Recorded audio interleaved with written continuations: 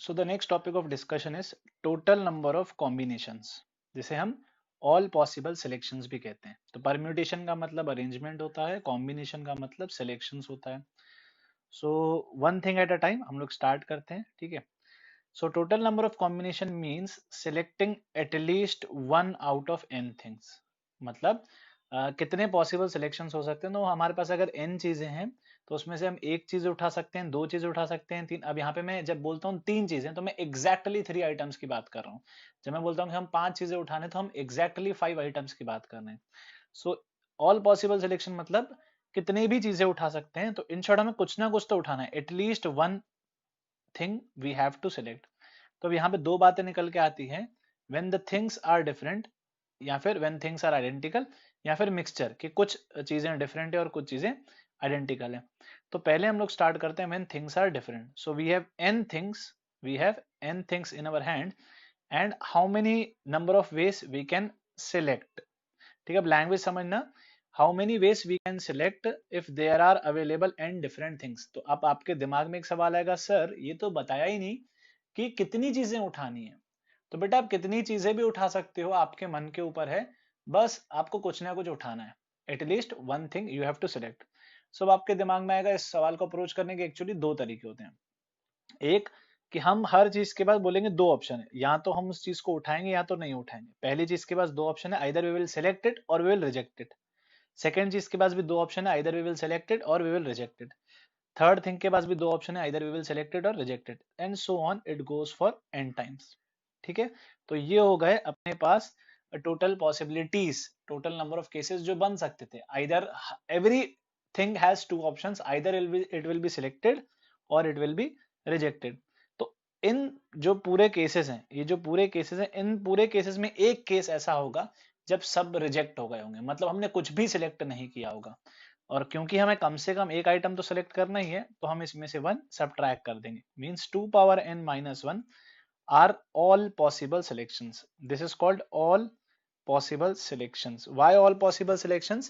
Because इसमें वो सारे केसेस कवर्ड हो गए हैं जिसमें हम कुछ ना कुछ उठा रहे हैं। इसमें वो केस भी होंगे जिसमें हम एग्जैक्टली एक ही आइटम उठा रहे होंगे।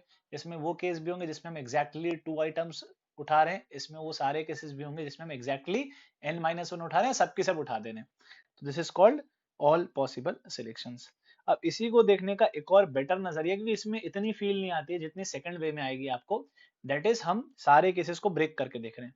अगर आप इन एन चीजों में से एग्जैक्टली एक ही आइटम उठाने वाले हो, एक ही आइटम सेलेक्ट करने वाले हो, तो अब आप पूछोगे कौन सा, तो NC1 से हम कोई भी एक आइटम सेलेक्ट कर सकते हैं। ये वो केसेस हैं इसकी वैल्यू n आती है, तो there are NC1 number of ways to select exactly one item out of n different things.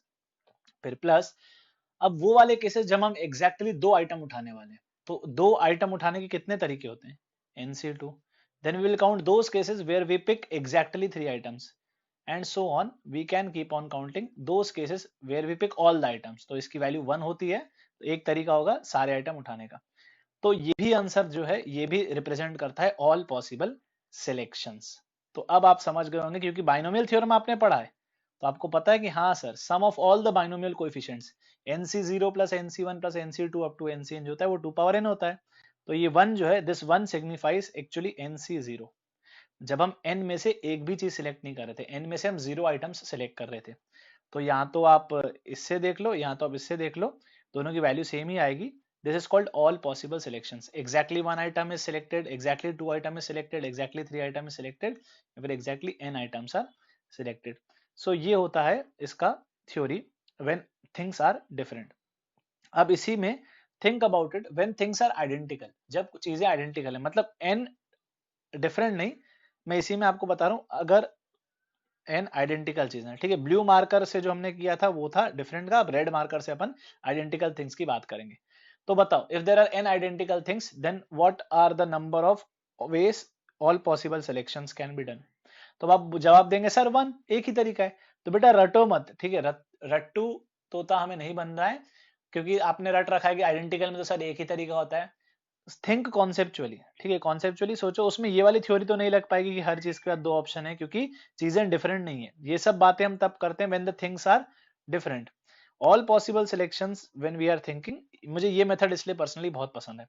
तो इसमें हमने क्या किया था, हमने एक्चुअली केसेस बनाए थे कि हम एग्जैक्टली एक ही आइटम उठाएंगे, या हम एग्जैक्टली दो आइटम उठाएंगे, या एग्जैक्टली तीन आइटम उठाएंगे, या हम सारे उठा लेंगे, सो एंड सो ऑन। अब आप आइडेंटिकल थिंग्स में भी ऐसे ही सोचो ना, when there are identical things, तो उसमें भी केसेस ऐसे ही बनेंगे। या तो मैं एग्जैक्टली एक आइटम उठाऊंगा, ठीक है। अब एक केस हो जाएगा when I will pick exactly one item, तो उसके तरीके कितने होंगे, उसका एक ही तरीका होगा। क्यों? कोई भी एक आइटम उठा लो, आप ऐसे सोचो आपके पास n आइडेंटिकल रेड कलर की बॉल्स हैं, तो आप कोई भी रेड बॉल उठा लो, सारी की सारी आइडेंटिकल है, पर आप एक ही उठाओगे, ठीक है। तो एक तरीका ये हो गया, एक केस। सेकंड केस, जैसे हमने डिफरेंट में क्या किया था, we are picking exactly two things out of given things, तो मैं आइडेंटिकल में भी यही बोलूंगा कि एक केस वो होगा जब आप एग्जैक्टली दो आइटम उठा रहे होंगे। अच्छा, उसके तरीके कितने होंगे, जब डिफरेंट थिंग्स थी तो उसके तरीके NC2 थे, अब जब आइडेंटिकल थिंग्स हैं तो उसका तरीका एक ही होगा। कोई भी दो बॉल्स उठा लो आप, सारी की सारी आइडेंटिकल हैं, तो एक ही तरीके से आप उठा सकते हो दो बॉल्स। बट ये केस तो अलग हो गया ना, क्योंकि पहले वाले केस में आपके हाथ में रिजल्टिंग एक ही बॉल थी, इस केस में आपके हाथ में दो बॉल्स हैं। सिमिलरली आप ऐसे सोच सकते हो, अगला केस वो हो जाएगा when we pick exactly three items from the given n identical items, and in how many ways we can pick exactly three items, the number of ways is one only, कोई भी तीन उठा लो identical है। तो इस तरीके से जो पहले हम लोग लिख रहे थे NC1 plus NC2 plus NC3 plus NC4 up to NCN for every case exactly one item exactly two item, तो उसी में अब हम वही लिख रहे हैं exactly one item exactly two item exactly three item exactly four item and so on exactly n items, तो ये n बार लिखा जाएगा n times, there are n terms। तो तरीके एग्जैक्टली आर चीजों को उठाना है, तो डिफरेंट चीजों में क्या होता है आंसर NCR, आइडेंटिकल में आंसर होता है 1। तो अगर मैं कॉम्पैक्ट फॉर्म में बोलूं तो डिफरेंट थिंग्स में क्या था, अपना आंसर था सिग्मा NCR, आर की वैल्यू 1 से n, ठीक है। और आइडेंटिकल में क्या था, आइडेंटिकल में सिग्मा 1, आर की वैल्यू 1 से n। तो this is the difference between different things and identical things. तो अब आपसे कोई पूछे कि अगर आपके पास n, या ऐसे अगर आपके पास 50 डिफरेंट चीजें हैं, तो ऑल पॉसिबल सिलेक्शंस आप आंसर देंगे 2 पावर 50 माइनस 1। और अगर आपको कोई बोलता है 50 आइडेंटिकल चीजें हैं, देन ऑल पॉसिबल सिलेक्शंस, तो आप आंसर देंगे 50। इसका सम n आता है, this is equal to n, this thing is equal to 2 power n minus 1 and this sigma 1 का वैल्यू होता है n। तो अगर 50 चीजें हैं, आइडेंटिकल चीजें हैं, 50 identical things, 50 identical things, all possible selections are 50। अब वो 50 क्या दर्शाता है पता है, वो 50 केसेस कौन से केस होंगे, एक केस जब अपन एक ही आइटम पिक कर रहे हैं, दूसरा केस जब हम दो आइटम पिक कर रहे हैं, तीसरा केस जब हम एग्जैक्टली 3 आइटम्स सेलेक्ट कर रहे हैं, fourth case when we are selecting exactly 4 items, and 50th case will be when we are selecting all the 50 items, exactly 50 items. So this is called all possible selections.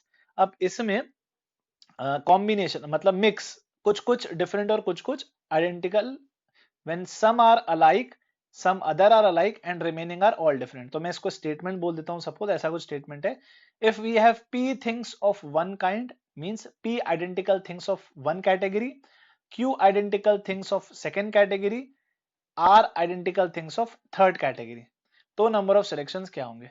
तो देखो फिर अब आप ना ऐसा सोचो कि अब अगर मेरे पास पहले कैटेगरी के p आइटम्स है, तो उसमें से मैं या तो एक आइटम उठाऊंगा, या तो दो आइटम उठाऊंगा, या तो तीन आइटम उठाऊंगा, या तो चार उठाऊंगा, या तो सारे के सारे उठा लूंगा, ठीक है p, या फिर मैं उसमें से कुछ भी नहीं उठाऊंगा। तो देर आर p+1। अब आप बोलेंगे सर आपने तो बोला है ना कि एटलीस्ट एक तो उठाना ही है, तो उसको भी अपन टैकल करते हैं। पर अभी आप ये समझिए कि हम अभी इन पूरे बंडल की बात कर रहे हैं। अपने पास पहले कैटेगरी के वन आइटम p आइटम्स हैं, दूसरे कैटेगरी के q आइटम्स हैं, तीसरे कैटेगरी के r आइटम्स है, तो कैटेगरी अपने पास तीन तीन है। तो पहले कैटेगरी में से यहाँ तो हम एक उठाएंगे, या दो उठाएंगे, या तीन उठाएंगे, चार उठाएंगे, या सारे उठा लेंगे। या फिर ये +1 में अलग से क्यों लिख रहा हूँ, यहाँ तो हम कुछ भी नहीं उठाएंगे, सारे रिजेक्ट हो गए। अब fundamental principle of counting multiplied by same second के लिए q things of second kind, तो उसमें से either we will pick one thing, two thing, three, हर अच्छा दो उठाने का तरीका एक ही है, तीन उठाने का तरीका एक ही है। तो q+1, here q stands for those q cases where we are picking exactly one item or exactly two item or exactly three item or exactly four item and so on, and this one implies for कि हम कुछ भी नहीं उठा रहे हैं, multiplied by r+1 same argument, ठीक है। तो इसमें क्या हो गया, इसमें आ गए all possible selections. All possible selections इसमें अभी आए नहीं है, पर आप सोचो ये क्या सिग्निफाई करता है, ये सिग्निफाई करता है कि हम पहली कैटेगरी में से या तो एक उठाएंगे या दो उठाएंगे या तीन उठाएंगे, चार उठाएंगे या कुछ भी नहीं उठाएंगे। सिमिलरली हम सेकंड कैटेगरी में से वन उठाएंगे, टू उठाएंगे, थ्री उठाएंगे, कुछ भी नहीं उठाएंगे। सेम आर में से हम एक उठाएंगे, दो उठाएंगे, कुछ भी नहीं उठाएंगे। तो ये पूरे number of total number of cases हैं। इसमें वो केसेस भी आ गए जब हम फर्स्ट कैटेगरी में से तीन आइटम उठा रहे हैं, सेकंड कैटेगरी में से एक आइटम उठा रहे हैं, थर्ड कैटेगरी में से हम चार उठा रहे हैं आइटम। इसमें वो केसेस भी आए हैं जब हम पहली कैटेगरी में से कुछ भी नहीं उठा रहे हैं, जीरो आइटम्स, सेकंड कैटेगरी में से हम जीरो आइटम्स उठा रहे हैं, थर्ड कैटेगरी में से हम 5 आइटम्स उठा रहे हैं। इसमें वो भी केसेस आएंगे जब थर्ड कैटेगरी में से जीरो आइटम्स है, सेकंड और फर्स्ट कैटेगरी में से पांच पांच आइटम्स है। तो अब आपके दिमाग में आएगा सर फिर इसमें तो वो वाला केस भी आया होगा जब हमने तीनों कैटेगरी में से कुछ भी नहीं उठाया होगा, मतलब जब तीनों ने अपना +1 वाला चीज रोल प्ले किया होगा, इसलिए हम लास्ट में एक -1 लगा देते हैं। सो this is called when we have p things of one kind, q things of second kind and r things of third kind, तो फिर total number of possible selections जो होते हैं वो होते हैं p+1 multiplied by q+1 multiplied by r+1 -1। तो इस तरीके से वर्क करता है। इनफैक्ट आप सोचो जब अच्छा p की वैल्यू अगर 1 है, q की वैल्यू अगर 1 है, r की वैल्यू अगर 1 है, तो ये और डिफरेंट वाला चीज सेम ही हो गया। जैसे n की वैल्यू 3, मतलब मेरे पास एक कैटेगरी का एक आइटम है, दूसरे कैटेगरी का एक आइटम है, तीसरे कैटेगरी का तीन आइटम है। तो मैं ऐसे भी बोल सकता हूँ ना कि I have three different things, I have three different things, है ना, क्योंकि एक एक प्रकार के अपने पास एक एक आइटम ही है। तो ये क्या बन जाएगा, ये बन जाएगा 1+1 2, ये बन जाएगा 1+1 2, ये बन जाएगा 1+1 2। तो ये 2 इंटू 2 इंटू 2, 2 पावर 3 -1 जैसा दिखेगा। तो वो स्पेशल केस टाइप का चीज। क्वेश्चंस करते हैं, आपको इसका फिर और फील आएगा और चीज समझ में आएगा कि कैसे ये वर्क करता है। ठीक है, first problem, number of different ways it is possible to draw a sum of money with a rupee, a 50 paisa, a 25 paisa, a 10 paisa, a 5 paisa, a 3 paisa, a 2 paisa, a 1 paisa coin। तो basically बात यह है कि आपके पास कुछ coins हैं, ठीक है, एक एक आपके पास 1 रुपी कॉइन है, एक आपके पास 50 पैसा का कॉइन है, फिर एक चमन्नी है, चमन्नी अठन्नी 1 रुपया, इस तरीके से। तो we have 1 2 3 4 5 6 7 8, we have 8 different coins. तो अभी जनरेशन आगे निकल गई, तो आई होप बच्चों ने 1 पैसा 2 पैसा के कॉइन देखे होंगे, अपने पापा मम्मी से पूछेगा, जमा करके जरूर रखे होंगे। पहले चलते थे 1 पैसा कॉइन, 2 पैसा के, 5 पैसा के चलते थे, 10 पैसा के चलते। चवन्नी अठन्नी होपफुली हमने तो अपने बचपन में देखी है, 25 पैसे 50 पैसे के सिक्के हमने अपने बचपन में देखे, 1 पैसा 2 पैसा भी देखा है। खैर, we have 1 2 3 4 5 6 7 8, we have 8 different coins.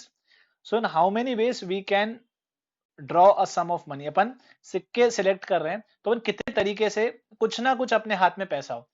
तो हम बोलेंगे सर ये तो वही बात होगी कि we have 8 different things and we want to select at least one thing. अपने हाथ में कम से कम एक सिक्का तो आ जाए ताकि हाथ में कुछ तो पैसे हो। तो इसलिए हम आंसर देंगे 2 पावर 8 -1। बेसिकली n की वैल्यू 8 है, मतलब 8 कॉइन्स में से या तो आप एग्जैक्टली 1 कॉइन सेलेक्ट करोगे 8C1 से, या तो आप एग्जैक्टली 2 कॉइन सेलेक्ट करोगे 8C2 से, या तो आप एग्जैक्टली 3 कॉइन सेलेक्ट करोगे 8C3 से, या फिर आप आठों के आठों कॉइन सेलेक्ट कर लोगे। तो आंसर ये हो जाएगा। या दूसरा तरीका सोचने का क्या है कि सर हर कॉइन के पास दो ऑप्शन है, या तो हम उसको एक्सेप्ट करेंगे या तो हम रिजेक्ट करेंगे। तो 1 रुपी कॉइन के पास दो ऑप्शन, 50 पैसे कॉइन के पास दो ऑप्शन, 25 पैसे कॉइन के पास दो ऑप्शन। तो ये जगह 2 पावर 8, एंड इन 2 पावर 8 में एक वो केस होगा जब हमने सबको रिजेक्ट कर दिया होगा, when all of them must have been rejected, तो वो केस हम सब्ट्रैक्ट कर देंगे 2 पावर 8 -1। तो इस तरीके से ये फर्स्ट क्वेश्चन हो जाएगा। अब सेकंड क्वेश्चन ट्राई करते हैं। सेकंड क्वेश्चन में आपका जो इसमें मिक्सचर है सारा कवर हो जाएगा। So out of 3 different mathematics books, मतलब M1 M2 M3, 3 different maths की बुक्स हैं, 4 different physics books P1 P2 P3 P4 and 5 different chemistry books C1 C2 C3 C4 C5। How many different selections, language पे ध्यान देना क्योंकि यहीं पे आप कंफ्यूज हो जाओगे वरना। सिलेक्शंस या फिर कलेक्शंस या फिर कॉम्बिनेशंस, सबका मीनिंग सेम है। सिलेक्शंस, कलेक्शंस, कॉम्बिनेशंस, इन सारे वर्ड्स का मतलब सेम होता है। How many selections can be done so that each selection consists of, now let us focus on the language. First part, exactly one book on each subject, her subject की exactly एक ही book उठानी है। तो शुरू हो जाइए। Fundamental principle of counting different है, तो 3C1 से अपन ने एक मैथ्स की बुक उठा ली, मल्टीप्लाइड बाय 4C1 से हमने एक फिजिक्स की बुक उठा ली, मल्टीप्लाइड बाय 5C1 से हमने एक केमिस्ट्री की बुक उठा ली। Exactly one books on each subject. Answer 60 आ जाएगा, स्ट्रेट फॉरवर्ड। ठीक। Now next language, at least one book on each subject, at least one book on each subject, मतलब हर सब्जेक्ट की एक किताब आनी चाहिए अपने हाथ में। तो देखो अब मैथ्स में क्या सीन है, मैथ्स में 3 बुक्स हैं, तो यहां तो हम 3 में से एक उठाएंगे, एग्जैक्टली एक बुक उठाएंगे, प्लस यहां तो हम 3 में से एग्जैक्टली 2 बुक्स उठाएंगे, या प्लस हम मैथ्स में तीनों की तीनों बुक उठा लेंगे। तो मैथ्स में अपने पास ये सारे केसेस बन के आ सकते हैं, 1 बुक, 2 बुक और 3 बुक। नाउ चीजें इंडिपेंडेंट है, अब मैथ्स की 2 बुक उठा रहे हो, 3 बुक उठा रहे हो या 1 बुक उठा रहे हो, इससे फिजिक्स को कोई फर्क नहीं पड़ेगा। फिजिक्स बोलेगा भाई मैथ्स की कितनी भी किताबें लो, फिजिक्स की भी हम या तो एक लेंगे या 2 लेंगे या 3, मतलब इंडिपेंडेंट है, ठीक है। ये इवेंट्स जो हैं साइमल्टेनियसली हो रहे हैं, तो इस पे भी फंडामेंटल प्रिंसिपल, जहां से हमने चैप्टर शुरू किया था, फंडामेंटल प्रिंसिपल ऑफ काउंटिंग लग जाएगा। तो मल्टीप्लाई में यही खेल फिजिक्स के लिए खेलना, कि फिजिक्स की यहाँ तो हम एक किताब उठाएंगे 4C1 से, या तो हम फिजिक्स की 2 किताब उठाएंगे 4C2 से, या हम फिजिक्स की 3 किताब उठाएंगे 4C3 से, या हम फिजिक्स की चारों किताब उठा लेंगे 4C4 से, मल्टीप्लाइड बाय, अगेन इंडिपेंडेंट है, fundamental principle of counting. Chemistry, chemistry की 5 किताबें, same 5C1 plus 5C2 plus 5C3 plus 5C4 plus 5C5। सो ये डिफरेंट डिफरेंट तरीके हैं केमिस्ट्री की किताब उठाने के। तो इसको हम ऐसे बोल सकते हैं कि 3C1 plus 3C2 plus 3C3 होता है 2 क्यूब माइनस 1, 2 पावर 3 माइनस 1। वैसे ही सिग्मा एनसीआर आर 1 से n चल रहा है, तो ये 2 पावर 4 माइनस 1 हो जाएगा ये चीज, और ये 5 वाला 2 पावर 5 माइनस 1। तो आंसर हो जाएगा इस तरीके से 3255। So this was at least one book on each subject. Now next is, ये सबसे प्यारा पार्ट है, टेकिंग एटलीस्ट वन बुक। अब टेकिंग एटलीस्ट वन बुक का मतलब क्या है, कि हमको पूरे की पूरे कलेक्शन में से, मतलब 3 मैथ्स की बुक, 4 फिजिक्स की बुक और 5 केमिस्ट्री की बुक, तो 5 4 9 3 12, टोटल 12 बुक्स हैं, उसमें से हमें कोई भी एक बुक मिल जाए, कम से कम एक बुक मिल जाए। सो इसमें हम लोग क्या कंसिडर करेंगे, इसमें हम ऐसे स्टार्ट करेंगे, विल थिंक लाइक दिस, कि सर मैथ्स की, या तो हम टोटल केसेस की बात कर रहा हूं मैं, कुछ भी सब कुछ कवर करके, तो मैथ्स की यहाँ तो हम एक भी बुक नहीं उठाते 3C0, यहाँ तो मैथ्स की एक बुक उठाते हैं, यहाँ तो मैथ्स की 2 बुक उठाते हैं, यहाँ तो हम मैथ्स की 3 बुक उठाते हैं, ठीक है। I am writing something like this, कि मैथ्स की तीनों उठा लेते हैं। Okay, this is all possibilities for maths की किताबें, 2 cube. Same we will write for physics, 4C0 plus 4C1 plus 4C2 plus 4C3 plus 4C4। Physics की हम क्या क्या कॉम्बिनेशन बना सकते हैं, तो ये हो जाएगा 2 power 4। Same for the chemistry, कि 5C0 plus 5C1 plus 5C2 plus 5C3 up to 5C5, तो ये 2 पावर 5। मतलब इसमें सारे के सारे वो केसेस बन गए हैं, जब हम मैथ्स की 3 किताबें उठा रहे हैं, फिजिक्स की 2 ही उठा रहे हैं, केमिस्ट्री की 1 उठा रहे हैं, या हम मैथ्स की किताब उठा ही नहीं रहे हैं, फिजिक्स की 3 उठा रहे हैं और केमिस्ट्री की उठा ही नहीं रहे। इसमें वो केसेस भी आएंगे जब हमने मैथ्स की सारी किताबें उठा ली, फिजिक्स की सारी किताबें उठा ली, केमिस्ट्री की सारी किताबें उठा ली। अब आप बोलेंगे सर इसमें फिर वो भी केस काउंट हो गया होगा जब हमने कुछ भी नहीं उठाया है, मतलब हमने मैथ्स, हमने यहाँ पे मैथ्स की भी हमने कोई किताब नहीं उठाई है, फिजिक्स की भी कोई किताब नहीं उठाई है और केमिस्ट्री की भी कोई किताब नहीं उठाई है, तो हाँ बिल्कुल वो केस भी काउंट होगा उसमें, इसीलिए हम लास्ट में एक -1 कर देंगे। This is called taking at least one book. तो देखो सेकंड और थर्ड पार्ट में फर्क समझना, सेकंड पार्ट बोलता है one at least one book from each subject, और थर्ड पार्ट क्या बोलता है, at least one book from the overall collection. तो इसमें और इसमें फर्क समझना, ठीक है, ये बहुत बार आएगा आगे क्वेश्चंस में, कि हम इंडिविजुअली में 2 पावर n -1 लगा के चले, या सबका 2 पावर n ले ले और फाइनली एक -1 लगाए। तो फर्क है दोनों में, ठीक है, फर्क यही है कि जब हम ये 2 क्यूब -1 ले रहे हैं, तो बेसिकली क्या है ना, देखो आप ऐसा भी समझ सकते हो, मेरे को तो ये ज्यादा अच्छा लगता है इस तरीके से सोचना, एनसीआर वगैरह से। आप इसको ऐसे भी सोच सकते हो कि मैथ्स की हर बुक के बाद दो दो ऑप्शन है, या तो वो एक्सेप्ट होगी या तो वो रिजेक्ट होगी, 2 इंटू 2 इंटू 2, तभी उसकी वजह से 2 क्यूब आता है। फिजिक्स की हर किताब के बाद दो दो ऑप्शन है, या तो एक्सेप्ट होगी या तो वो रिजेक्ट होगी, तो इसलिए 2 पावर 4। Same for chemistry. अब जब आप ये पिक्चर लेते हो कि आपको at least one book from each subject चाहिए, तो आप लिखते हो कि सर मैथ्स की बुक के बाद एक्चुअली हर बुक के बाद दो दो ऑप्शन है, कि या तो एक्सेप्ट होगी या तो रिजेक्ट होगी, तो उसकी वजह से 2 क्यूब आता है। तो आपको इस मैथ्स के कलेक्शन में वो रिजेक्शन वाला केस हटाना होता है, क्योंकि ये 2 क्यूब में एक केस वो भी हुआ होगा जब तीनों बुक ने रिजेक्ट कर दिया होगा, हम बोलेगा हम नहीं आ रहे, हम तो भाई सिलेक्ट नहीं हो रहे। इसीलिए फॉर द मैथ्स वाला हिसाब किताब 2 क्यूब में से हम एक केस हटा देते हैं जब हम मैथ्स की कोई भी किताब नहीं ले रहे हैं।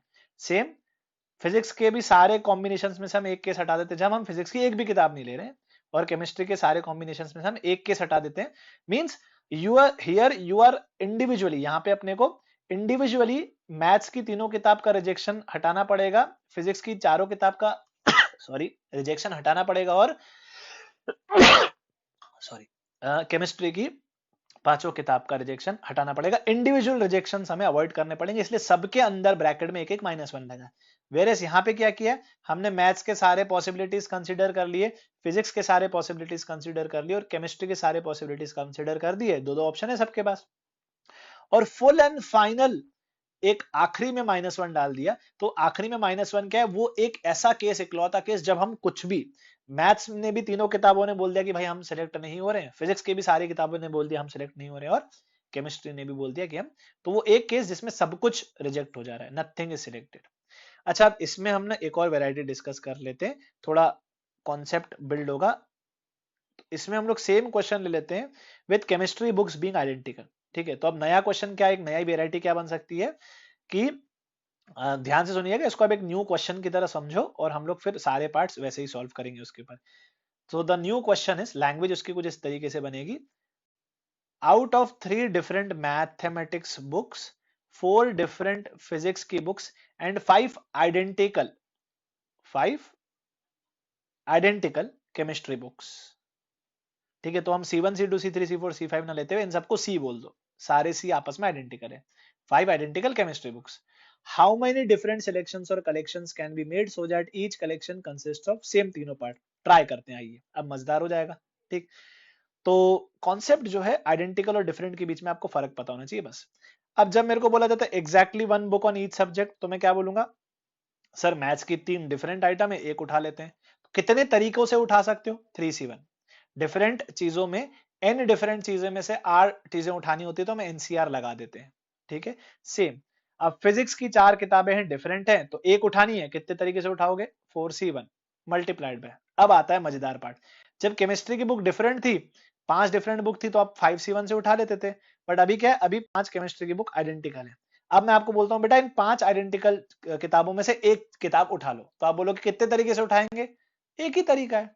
आइडेंटिकल चीजों में एनसीआर नहीं लगता है, आइडेंटिकल थिंग्स में वी डोंट अप्लाई एनसीआर, उसमें कॉमन सेंस चलता है। तो ये फर्स्ट पार्ट का आंसर हो जाएगा। कोई भी एक तरीके से, आप कोई भी केमिस्ट्री की किताब उठा लो, एक ही तरीका है, क्योंकि सब आइडेंटिकल है, कोई भी उठा लो, है ना, आप हमेशा उठाओगे तो सी ही। पहले क्या था, यहाँ तो आप C1 उठा लेते हैं, यहाँ C2 उठाते हैं, यहाँ C3, यहाँ C4, यहाँ C5, तो 5 तरीके, 5C1 के लिए 5 आ रही थी पहले, यहाँ पे एक ही तरीका है, कोई भी उठा लो, हाथ में हमेशा सी ही आएगा। तो ये पहला। अब second part, at least 1 book on each subject, at least 1 book on each subject. अब इसका क्या आंसर देंगे हम, और सॉल्व कैसे करेंगे, अप्रोच कैसे करेंगे। सो अप्रोच हम ऐसे करेंगे, at least 1 book on each subject, तो हम बोलेंगे भाई मैथ्स की 3 बुक है, तो यहाँ तो हम 3 में से 1 उठाएं, 3 में से 2 उठाएं, या 3 में से 3 उठाएं, तो ये जैसा हमने पहले सॉल्व किया था बिल्कुल वैसे ही, ये तो आएगा ही 2³ -1। ठीक है, यहाँ तो आप ऐसे सोच लो 3C1 plus 3C2 plus 3C3, यहाँ ऐसे सोच लो, सर इसके बाद 2 ऑप्शन है, यहाँ तो एक्सेप्ट या रिजेक्ट, इसके बाद 2 ऑप्शन है, यहाँ तो एक्सेप्ट या रिजेक्ट, M3 के पास भी 2 ऑप्शन है, यहाँ तो एक्सेप्ट या रिजेक्ट, तो 2³ हो जाएंगे टोटल ऑप्शंस। उसमें से हम एक केस वो माइनस कर देंगे जब तीनों रिजेक्ट हो जा रहे हैं, बेसिकली ये 1 का मतलब होता है 3C0, जब हम कुछ नहीं उठा रहे। तो सोचने का नजरिया है, नंबर तो सेम ही आएगा 7, है ना, मल्टीप्लाइड बाय सेम फिजिक्स के लिए पुराना खेल, 4C1 4C2 4C3 4C4, उसका वैल्यू आएगा 2⁴ -1। अब मैं क्यों इसमें बिलीव करता हूं कि आप ये वाला इस तरीके से क्यों सोचा करो, क्योंकि आइडेंटिकल में आपको हेल्प मिल जाती है ये लाइन ऑफ थिंकिंग से। ओके, सो नाउ अब बात करते हैं हम कि केमिस्ट्री की बुक्स आइडेंटिकल है, अब उसमें से हमें कम से कम एक बुक उठानी है, तो अब उसको कैसे सॉल्व करेंगे। तो उसमें बेटा आप सोचोगे जैसे आपने पहले सोचा था, ये कहां से आया था, इसको आपने ऐसे सोचा था ना, 5C1 plus 5C2 plus 5C3, मतलब 5 केमिस्ट्री की बुक्स है, उसमें से एक उठाएं, 2 उठाएं, 3 उठाएं, तो वैसे ही सोचो, ये वाला मैंने केस आपको सोचना बताया ना, बिल्कुल वैसे। तो अब आप सोचना केमिस्ट्री की कम से कम एक किताब उठानी है, तो यहाँ तो आप केमिस्ट्री की एग्जैक्टली एक किताब उठाओगे, यहाँ तो आप केमिस्ट्री की एग्जैक्टली 2 किताबें उठाओगे, यहाँ तो आप केमिस्ट्री की एग्जैक्टली 3 किताबें उठाओगे, यहाँ 4 या 5। तरीके कितने होंगे, पहले तरीके थे 5C1 5C2 5C3 5C4 5C5, अब केमिस्ट्री की एक किताब उठाने का तरीका एक ही होगा, कोई भी एक उठा लो, हाथ में तो एक सी ही आएगा। फिर अगला केस, केमिस्ट्री की 2 एग्जैक्टली, आपने को केमिस्ट्री की एग्जैक्ट 2 किताबें उठानी है, आइडेंटिकल हैं 5 किताबें, उसमें से कोई भी 2 उठानी है, कितने तरीके हैं उठाने के, तरीका एक ही है बेटा, कोई भी दो उठा लो, ये दोनों उठा लो या फिर ये दोनों उठा लो, हाथ में क्या आएगा, 2C, है ना। तो इसीलिए तरीका एक ही है। फिर अगला केस एग्जैक्टली 3 किताबें उठा लो, अगला केस एग्जैक्टली 4 किताब उठा लो, यहाँ अगला केस एग्जैक्टली 5 किताब उठा लो। तो बेसिकली किसी भी केस को सॉल्व करने का तरीका एक ही है, बस आपको ये फिगर आउट करना है कि कितने केसेस बनेंगे। Exactly 1 thing, exactly 2, exactly 3, exactly 4, exactly 5, 5 case बनेंगे। तो यहाँ पे अपन आंसर देंगे 5। तो अब अपने फाइनल आंसर क्या रिपोर्ट करेंगे, 2 क्यूब माइनस 1 का मतलब है 7 मल्टीप्लाइड बाय 2 पावर 4 माइनस 1 का मतलब है 15 और यहाँ पे 5। तो जो पहले 31 आ रहा था अब वो 5 आ रहा है, बस यही फर्क है इसमें, है ना। अब नेक्स्ट पार्ट ट्राई करते हैं, अगर आप खेल समझ गए हो तो आप थर्ड पार्ट सी पार्ट खुद से कर सकते हैं। क्या बनेगा सी पार्ट, सोच के बताओ। टेकिंग एटलीस्ट वन बुक, मतलब पूरे की पूरे ओवरऑल कलेक्शन में से अपने को कम से कम एक बुक चाहिए। तो सारी पॉसिबिलिटीज आप बिल्कुल वैसे ही आप खेलना चालू करोगे। What you will do is, पहले हम सोचेंगे मैथ्स के बारे में। तो मैथ्स की यहाँ तो हम 3 में से एक भी नहीं उठाएंगे, या हम एक उठाएंगे, या हम 2 उठाएंगे, या तो हम 3 उठा लेंगे। ठीक है, ये मैथ्स के सारा खेल। फिजिक्स का सारा खेल क्या होगा, 4C0 plus 4C1 plus 4C2 plus 4C3 plus 4C4। Actually क्या होता है, देखो फर्क यही है बेटा, अगर आपको खेल समझ में आ रहा है तो आप पूरा समझ जाओगे पिक्चर, कि जब डिफरेंट थिंग्स होती है तो हम एनसीआर में आर की वैल्यू सोचते हैं 0 1 2 3 4 इस तरीके से, है ना।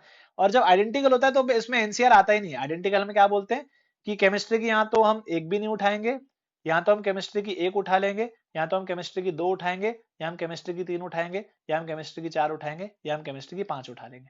तो ये मैंने जो लिखा है ना 1+1+1, तरीका एक ही है, कोई भी केस को सॉल्व कर, या number of ways in each case is 1, बस केसेस कितने ये गिनना है। तो इसको हम लोग ना इसको हम बोलते हैं 2 क्यूब, इसको हम बोलते हैं 2 पावर 4, और इसको हम एक्चुअली 6 आ रहा है तो हम इसको हमेशा 5+1 लिखेंगे। है वो 6 ही, 5+1 में क्या दर्शाता है, ये 5 दर्शाता है जब हम एग्जैक्टली एक आइटम ले रहे हैं, एग्जैक्टली 2 आइटम ले रहे हैं, एग्जैक्टली 3 आइटम ले रहे हैं, एग्जैक्टली 4 आइटम ले रहे हैं, एग्जैक्टली 5 आइटम ले रहे हैं। और ये 1 दर्शाता है जब हम कुछ भी नहीं ले रहे, रिजेक्शन।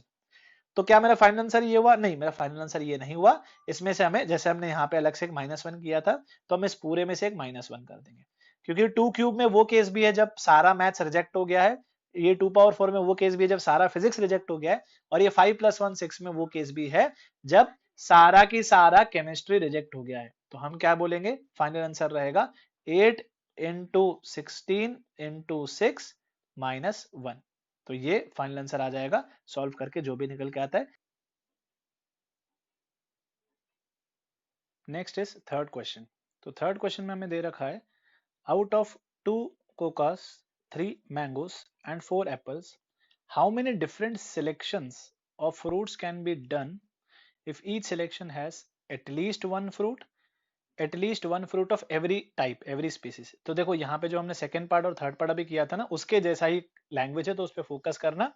और हम इसमें दोनों केसेस पे चर्चा करेंगे। when the fruits of the same species are identical alike, मतलब ये कोकास जो है ये CC, मैंगोज जो है M और M, और एप्पल्स जो है वो A। तो ये apples of same variety are identical मान के चलेंगे। और एक बार हम सेकंड केस में डिफरेंट मान के चलेंगे कि C1 C2 दोनों अलग अलग हैं, मैंगोज जो 3 है वो भी अलग अलग वेराइटी के M1 M2 M3, और एप्पल्स जो है A1 A2 A3 A4। तो आपको समझ में आएगा कि हाउ थिंग्स वर्क इसमें डिफरेंट और आइडेंटिकल में। तो देखो पहले हम लेते हैं केस 1। तो जब हम केस 1 की बात कर रहे हैं, fruits of the same species are alike, तो अपन बात कर रहे हैं कि 2 C हैं, 3 M है और 4 हैं अपने पास A। अब इसमें हमें चाहिए एटलीस्ट 1 फ्रूट, मतलब 2 और 3 5 4 9, टोटल 9 फ्रूट्स हैं अपने पास, उसमें से हमें एक कम से कम सिलेक्शन लेना है। तो ये कौन सा चीज हो गया, जब हम जैसे ऊपर वाले क्वेश्चन में सी पार्ट कर रहे थे वैसी बात हो गई।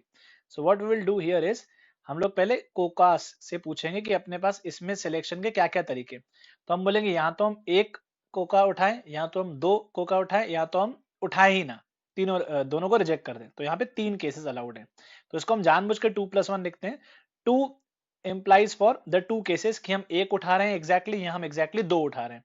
तरीका एक ही है, मतलब एग्जैक्टली 2 उठाने का तरीका है कि दोनों उठा लो, एग्जैक्टली एक उठाने का तरीका एक उठा लो। आइडेंटिकल में तरीका एक ही होता है उठाने का, बस आइडेंटिकल में ये डिपेंड करता है कि हम कितने उठा रहे हैं।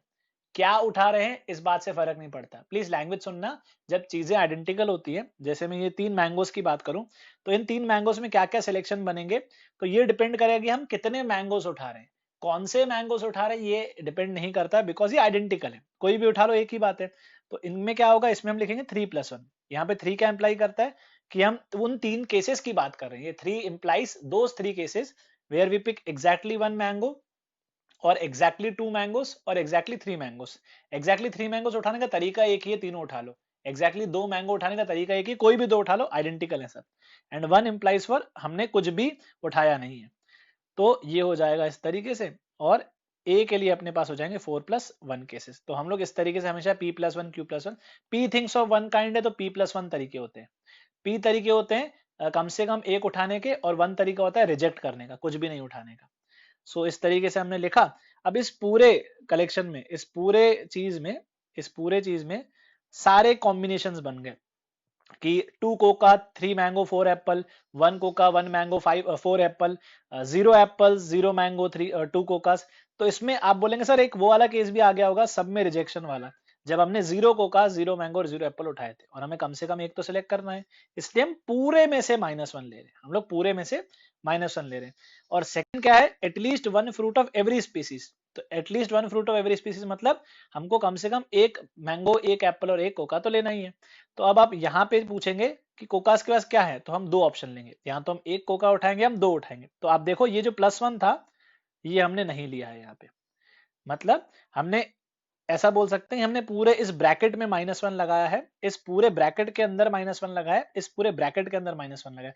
जैसे यहाँ पे हम लोग कहाँ गए इस क्वेश्चन में, जैसे यहाँ पे हमने इस क्वेश्चन में हर ब्रैकेट के अंदर अंदर एक इंडिविजुअल -1 लगाया था, तो वैसे ही हम कुछ इस तरीके से कर रहे हैं। सो ये those two are cases when exactly 1 coca exactly 2 coca are picked. ये 3 का मतलब क्या है, ये वो 3 केसेस की हम बात करें जब हम एग्जैक्टली 1 मैंगो ले रहे हैं, या फिर एग्जैक्टली 2 मैंगोस, या फिर एग्जैक्टली 3 मैंगोस। और ये 4 का मतलब क्या है, exactly 1 Apple, exactly 2 Apple, exactly 3 Apple, exactly 4 Apple. तो यही अपना फाइनल आंसर हो जाएगा। अच्छा कुछ लोग अब मनगढ़ंत कॉन्सेप्ट मत बनाना, यहाँ पे बाहर -1 करो ना, जैसे आप यहाँ कर रहे हो, बेटा उसकी जरूरत थोड़ी ना है। इसमें देखो क्या, इसमें कौन से केसेस हम गिन रहे हैं, इसमें हम वो केसेस गिन रहे हैं जिसमें 1 कोका 1 मैंगो 1 एप्पल आएगा, या 2 कोका 3 मैंगो 4 एप्पल आएगा, या 1 कोका 2 मैंगो 3 एप्पल आएगा। तो इसमें एक ना एक फ्रूट हर स्पीसीज का हम ले ही रहे हैं। तो अलग से -1 क्यों करेंगे, अलग से -1 तब करते हैं जब हम यहाँ पे अंदर तीनों में रिजेक्शन वाली पॉसिबिलिटी को काउंट करते हैं। इसमें सब कुछ रिजेक्ट हो जाए वो पॉसिबिलिटी काउंट है, इसलिए हम बाहर से एक -1 लगा रहे हैं, क्योंकि हम at least 1 fruit of every species ले रहे हैं। और इसमें हमने क्या इंश्योर किया, इसमें हमने हर ब्रैकेट के अंदर ही -1 ले लिया है, जैसे हमने यहाँ किया था, हर ब्रैकेट के अंदर ही -1 ले लिया है। तो बाहर से अलग -1 की जरूरत नहीं पड़ेगी, बिकॉज एटलीस्ट 1 फ्रूट तो आ ही जाएगा। और न केवल एटलीस्ट 1 फ्रूट आएगा, at least 1 fruit of every variety आएगा। बात को समझो, है ना। तो ये केस 1। केस 2 में क्या होगा, व्हेन देयर आर डिफरेंट, मतलब ये कोकास भी C1 C2 है, मैंगोस भी M1 M2 M3 है, और एप्पल्स भी A1 A2 A3 A4 है, डिफरेंट एप्पल्स है चारों आपस में। तो इसमें कैसे हम सोचेंगे, केसेस जो है वो उसी तरीके से सोचे जाएंगे जैसे हम सोचते हैं। तो वी वांट एटलीस्ट 1 फ्रूट, अपने को ओवरऑल एक फ्रूट चाहिए। तो जैसे हमने यहाँ पे 2+1 लिखा ना, तो मैं बिल्कुल वैसे ही सोचूंगा। ये 2+1 क्या एम्फेसाइज कर रहा था, ये बोल रहा था यहाँ तो हमने एग्जैक्टली 1 कोका उठाया है, यहाँ हमने एग्जैक्टली 2 कोकास उठाए, यहाँ हमने एग्जैक्टली 3 कोकास उठाए। तरीका एक एक था। वहीं पे अब क्या होगा, अब ये हो जाएगा 2C0 + 2C1 + 2C2, क्योंकि डिफरेंट थिंग्स में से अगर मैं बोलता हूँ एग्जैक्टली एक कोका उठाना है, तो कोई भी नहीं उठा सकते, क्योंकि C1 C2 डिफरेंट है। तो उसके बाद 2C1 ऑप्शन, 2C1 तरीके से उठा सकते हैं। सिमिलरली मैंगोस के लिए 3 में से 0 मैंगो उठाए, 3 में से 1 मैंगो उठाया, 3 में से 2 मैंगो उठाए, या 3 में से तीनों मैंगो उठा लिए। अगर आप समझदार हो तो आप समझ जाओगे, जब डिफरेंट थिंग्स होती है तो NCR हम लोग यूज करते हैं। और ये देखो कितने टर्म्स हैं, ये 4 टर्म्स है ना, ये 4 टर्म्स है। तो आइडेंटिकल में जब होते हैं ना, तो आइडेंटिकल में ये सब 1 1 बन जाते हैं, आइडेंटिकल में ये सब 1 1 बन जाते हैं। तो वो 4 जो नंबर ऑफ टर्म्स है वही यहाँ पे लिखा जाता है 3+1।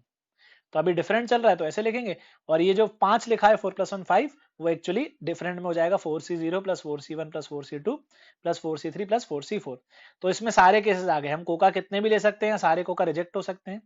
इसमें मैंगो कितने भी ले सकते हैं, सारे रिजेक्ट भी हो गए। और इस तरीके से तो हमें अब इसमें बाहर -1 लेना पड़ेगा, ओवरऑल फुल एंड फाइनल के आगे हमें बाहर -1 लेना पड़ेगा, क्योंकि वो वाला केस हमें हटाना पड़ेगा जब हमने कोका एक भी नहीं उठाया है, मैंगो एक भी नहीं उठाया है और एप्पल एक भी नहीं उठाया है, तो बाहर अपन एक -1 ले लेंगे। तो इसका वैल्यू होता है 2 स्क्वायर, इसका होता है 2 क्यूब, इसका होता है 2 पावर 4। तो आंसर क्या होगा, 2 स्क्वायर 2 क्यूब 2 पावर 4 और बाहर फुल एंड फाइनल एक -1। तो फाइनल आंसर हम रिपोर्ट करेंगे 2 पावर 9 -1। अच्छा, इसको सोचने का एक और तरीका ये भी था, मैं पर्सनली ये प्रेफर करता हूँ कि इससे फील आती है 2C0 2C1 2C2 3C0 3C1, इससे फील आती है, मैं इसीलिए ऐसा करता हूँ।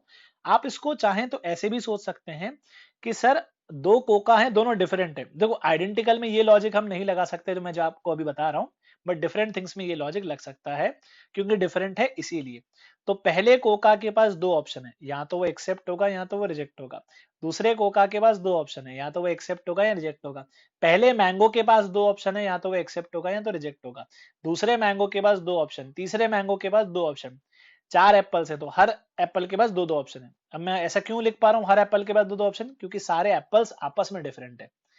तो ये 2 पावर 9 इसको सिग्निफाई करता है और बाहर ये -1। अच्छा, आप ऐसा ही बोल सकते हो, ये हमने कोकास को सॉरी ये हमने कोकास को डील किया, फिर ये हमने 2 × 2 × 2 मैंगोस को डील किया और फिर ये एप्पल्स को डील किया।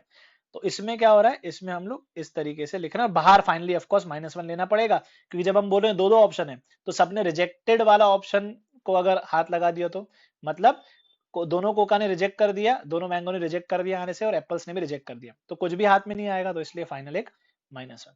अब यहीं पे अब ये language at least one fruit of every species, तो आप समझ लो, अब 2-3 क्वेश्चन हो गए, आप खेल समझ चुके हो। At least one fruit of every species का मतलब ये है कि अब अपने को इंडिविजुअल रिजेक्शंस को अवॉइड करना पड़ेगा। मतलब जब दोनों कोका बोल रहे थे कि हम दोनों ही नहीं आ रहे हैं, वो हमें अवॉइड करना पड़ेगा। तीनों मैंगोस में से हम एक भी मैंगो नहीं ले रहे थे, वो हमें केस हटाना पड़ेगा। और 4 एप्पल्स का में चारों एप्पल्स का रिजेक्शन अवॉइड करना पड़ेगा। तो मैं जैसे सोचता हूं, मैं तो भैया इससे करना प्रेफर करता हूं, दो कोका है तो जैसे यहाँ पे हमने सॉल्व किया था ये दो, इस दो का मतलब था यहाँ तो हम एग्जैक्टली वन कोका उठाएंगे या तो हम एग्जैक्टली दो कोका उठाएंगे। तो पहले तरीका एक एक ही था, एक कोका उठा लो या दो कोका उठा लो, तरीका एक ही है। पर अब क्या होगा, अब क्योंकि डिफरेंट है कोका, हम लिखेंगे 2C1 + 2C2। दो में से एक उठाएंगे या दो में से दोनों उठा लेंगे, मल्टीप्लाइड बाय तीन मैंगो से, तीन में से एक उठा लो प्लस तीन में से दो उठा लो प्लस तीन में से तीनों उठा लो। तो पहले जो 3 आप लिख रहे थे वो 1 + 1 + 1 लिख रहे थे, but now it will be 3C1 + 3C2 + 3C3। क्यों, क्योंकि पहले आइडेंटिकल था अब डिफरेंट है।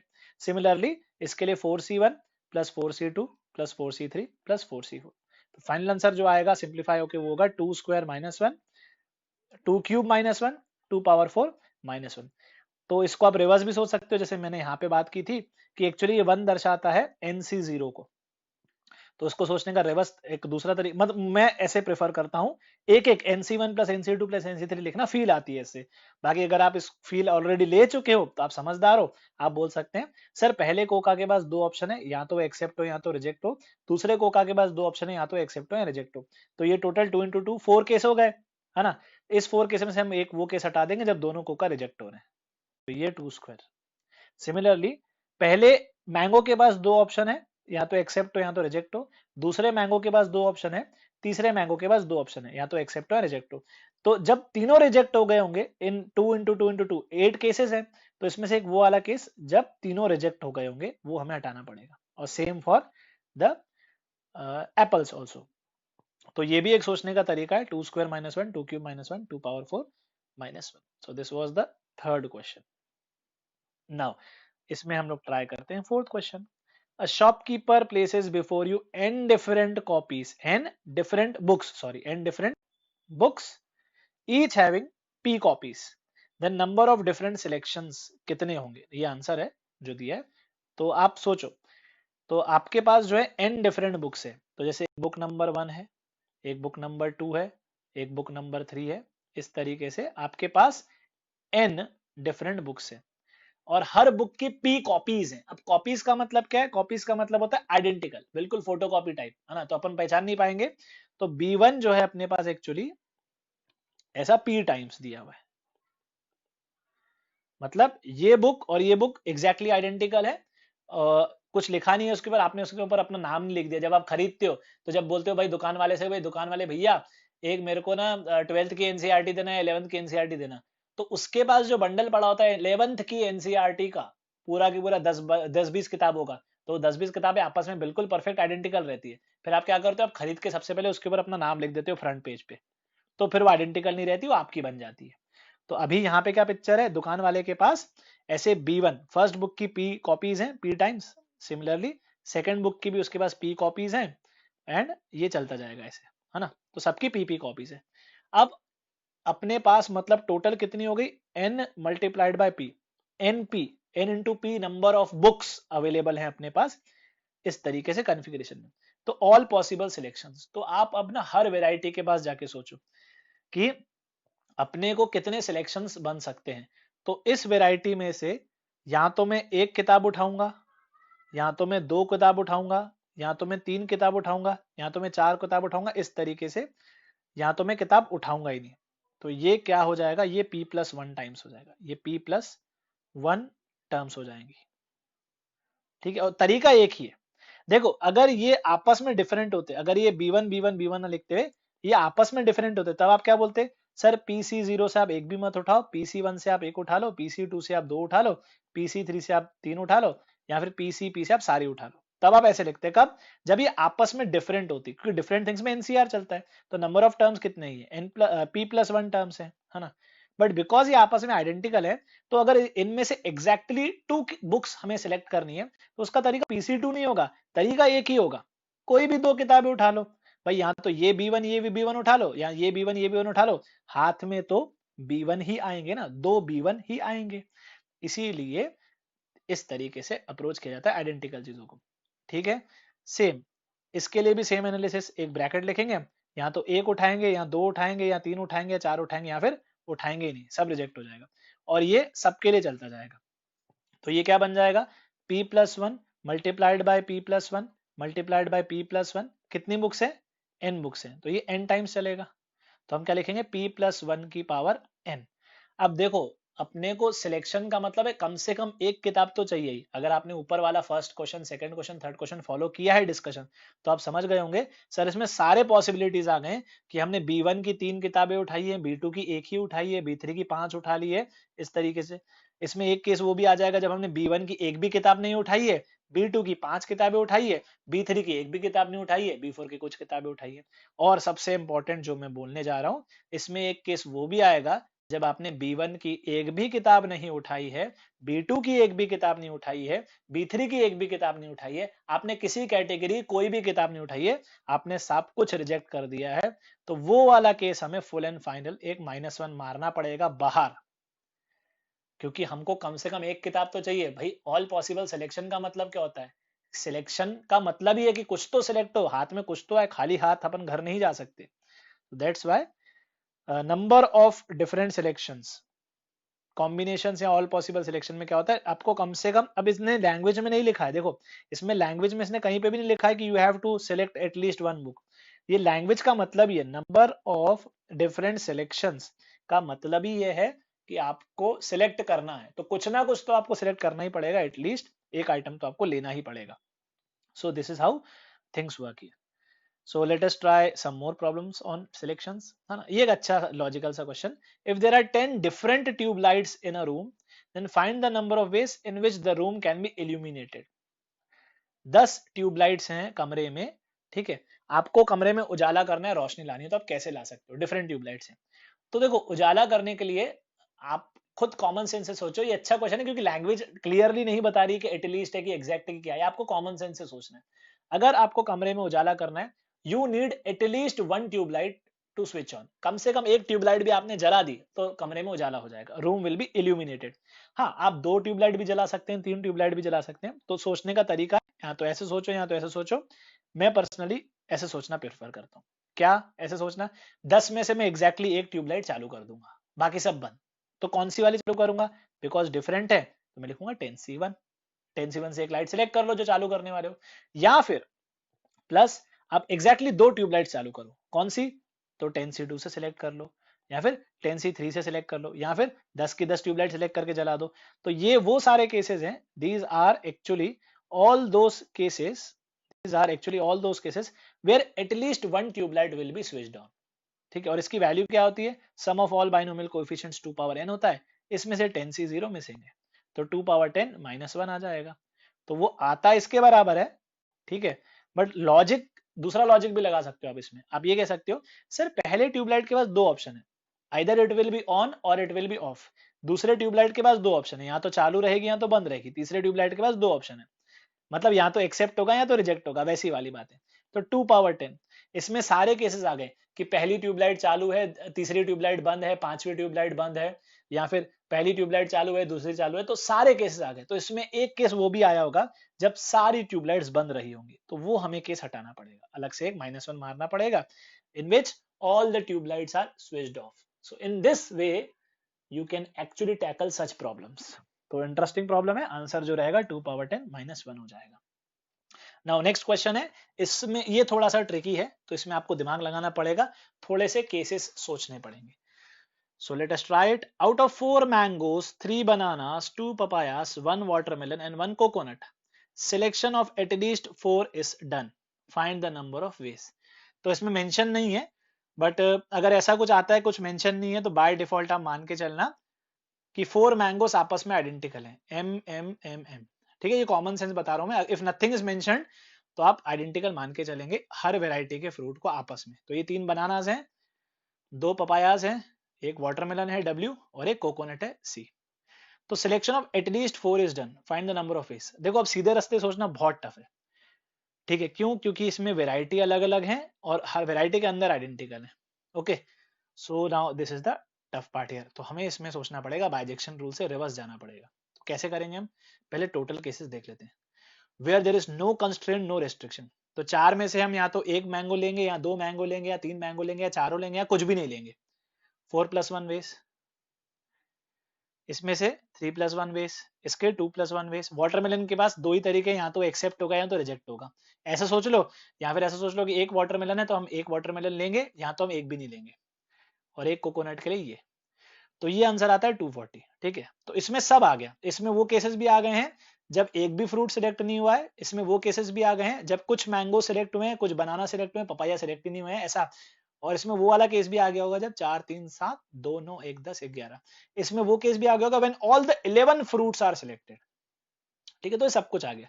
देखो एक्चुअली बात ये है, actually there are total 11 fruits, तो सीधे रास्ते अगर हम जाएं एटलीस्ट 4 सिलेक्ट करने, तो हम बोलेंगे एग्जैक्टली 4 सिलेक्ट कर लें, या एग्जैक्टली 5 सिलेक्ट कर लें, या एग्जैक्टली 6, या एग्जैक्टली 7, या एग्जैक्टली 8, या एग्जैक्टली 9, एग्जैक्टली 10, एग्जैक्टली 11। तो it is very long process, so that's why we are thinking in reverse.